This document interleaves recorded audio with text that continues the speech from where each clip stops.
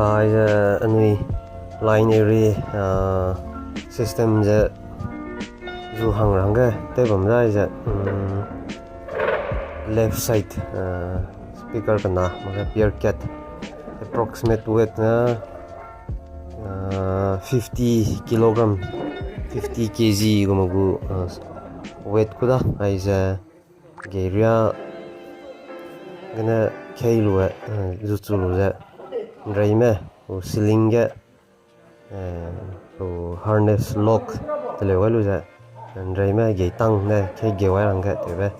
ka jutsu jutsu ranga tebe mda jutsu za position alignment hosana ko te dai re da aiza left side guda na kilawa za na zulu ta te la mi hang kya hang naro na ne te lo la ko da height aiza je ne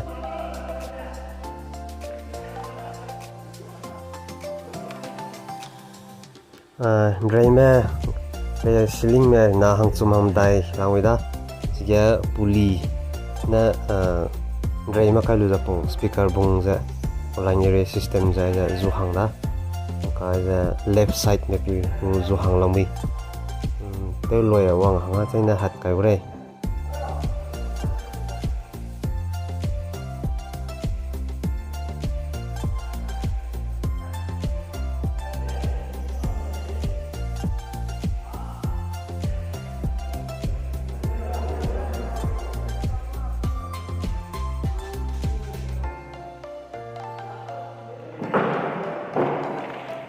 left side gu speaker zu hang ba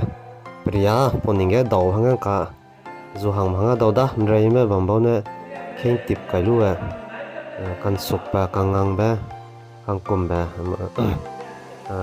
ai ja pi hanga lam ne sam ne sab lu ja alignment bu zeven zemak pa ja pi dai da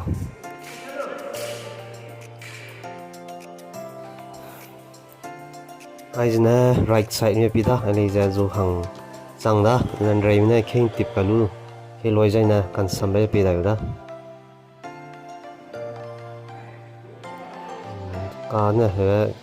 kana zu hang kam da ai kan sambe in samak pa kana gun su kangang ka ja pibam da ai ja center church Tamei gu senior pastor Reverend Kaidombo gu mic line ana tebe headset wireless headset su headset tela basic signal wong pa ka check them na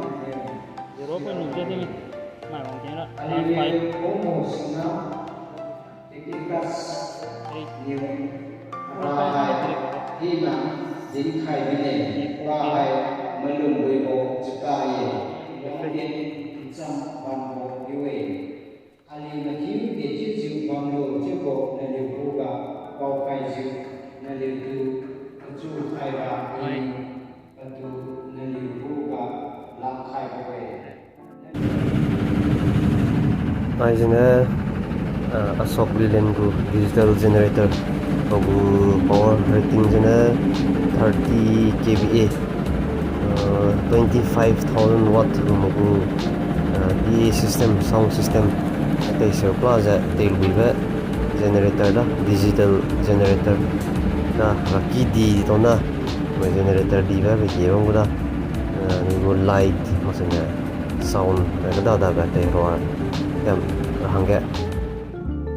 kaza line area speaker install de loida next video ne charge complete sound setup amplifier mixing console microphone stage box za kada da ram ja lia da